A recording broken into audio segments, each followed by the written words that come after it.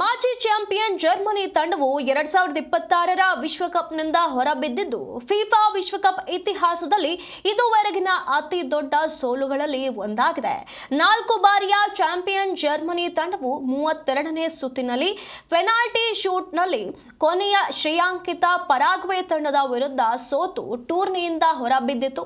ನಿಗದಿತ ಸಮಯದಲ್ಲಿ ಮತ್ತು ಹೆಚ್ಚುವರಿ ಸಮಯದಲ್ಲಿ ಎರಡೂ ತಂಡಗಳು ತಲಾ 1 ಗೋಲು ಗಳಿಸಿದ ನಂತರ ಪಂದ್ಯವು ಶೂಟ್ಔಟ್ಗೆ ತಲುಪಿತು. ಶೂಟ್ಔಟ್ನಲ್ಲಿ 3 ನಿರ್ಣಾಯಕ ಕಿಕ್ಗಳನ್ನು ತಪ್ಪಿಸಿಕೊಂಡಿದ್ದ ಜರ್ಮನಿಯನ್ನ 3-4 ಗೋಲುಗಳಿಂದ ಸೋಲಿಸುವ ಮೂಲಕ ಪರಾಗ್ವೆ ಸ್ಮರಣೀಯ ಗೆಲುವು ಸಾಧಿಸಿತು.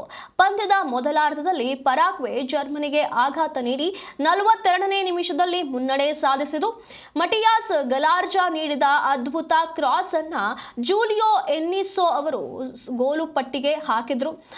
ಆದರೆ ಜರ್ಮನಿ ದ್ವಿತೀಯಾರ್ಧದಲ್ಲಿ ಚೇತರಿಸಿಕೊಂಡು ಬಲವಾಗಿ ಕಮ್ಬ್ಯಾಕ್ ಮಾಡಿ 54ನೇ ನಿಮಿಷದಲ್ಲಿ ಗೋಲು ಗಳಿಸಿ ಸಮಬಲ ಸಾಧಿಸಿತು. ಇನ್ನು ಎಡಭಾಗದಿಂದ ಫ್ಲೋರಿಯನ್ ವಿರ್ತ್ ನೀಡಿದಂಥ ಅದ್ಭುತ ಹೆಡರ್ ಮೂಲಕ ಕೈ ಹ್ಯಾವರ್ಟ್ ಚೆಂಡನ್ನ ನೆಟ್ಗೆ ಹೆಡ್ ಮಾಡಿದ್ರು. ನಂತರ ಎರಡೂ ತಂಡಗಳು ಗೆಲುವಿನ ಗೋಲು ಗಳಿಸಲು ಶ್ರಮಿಸಿದ್ವು, ಆದರೆ ಸಾಧ್ಯವಾಗಲಿಲ್ಲ. ವಿಶ್ವಕಪ್ ಇತಿಹಾಸದಲ್ಲಿ ಒಮ್ಮೆಯೂ ಶೂಟ್ಔಟ್ನಲ್ಲಿ ಸೋಲದ ಜರ್ಮನಿ ಈ ಬಾರಿ ದೊಡ್ಡ ಹಿನ್ನಡೆಯನ್ನ ಅನುಭವಿಸಿತು. ಮೊದಲ ಕಿಕ್ ತೆಗೆದುಕೊಂಡ ಜರ್ಮನಿಯ ಕೈ ಹ್ಯಾವರ್ಟ್ ಮತ್ತು 4ನೇ ಕಿಕ್ ತೆಗೆದುಕೊಂಡ ನಿಕ್ ವೋಲ್ಟ್ಮೀಟ್ ಅವರು ಪರಾಗ್ವೆ ಕೀಪರ್ ಓಲ್ಡಾರೋ ಅವರ ಗೋಲು ಗಳಿಸಿದಂತೆ ತಡೆದಿದ್ದಾರೆ. ನಂತರ ಕೊನೆಯ 2 ಕಿಕ್ಗಳನ್ನು ತಪ್ಪಿಸಿಕೊಂಡ ಪರಾಗ್ವೆ ಕೂಡ ಒತ್ತಡದಲ್ಲಿ ಸಿಲುಕಿಕೊಂಡಿತು. ಇದರಿಂದಾಗಿ ಪಂದ್ಯವು ಸಡನ್ ಡೆತ್ಗೆ ಹೋಯಿತು.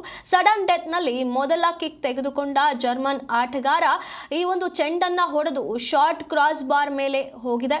ಹಾಗೆ ಬಳಿಕ ಜೋಸ್ ಕೆನಾಲೆ ಗೋಲು ಗಳಿಸಿ ಪರಾಗ್ವೆಗೆ ಐತಿಹಾಸಿಕ ಗೆಲುವನ್ನು ತಂದುಕೊಟ್ಟಿದ್ದಾರೆ. ಈಗಾಗಲೇ ಫುಟ್ಬಾಲ್ ಜ್ವರ ಎಲ್ಲೆಡೆ ಹರಿದಿರುವಂಥದ್ದು. ಈ ಪಂದ್ಯವನ್ನ ರೋಮಾಂಚನಕಾರಿ ಪಂದ್ಯವನ್ನ ಅನುಭವಿಸಲು ಹಿಂದೆ ZEE5 ಮತ್ತು ಯುನೈಟೆಡ್ 8 ಸ್ಪೋರ್ಟ್ಸ್ನಲ್ಲಿ ಲೈವ್ ವೀಕ್ಷಿಸಿ ನಿಮ್ಮ ನೆಚ್ಚಿನ ತಂಡವನ್ನ ಹುರಿದುಂಬಿಸಿ.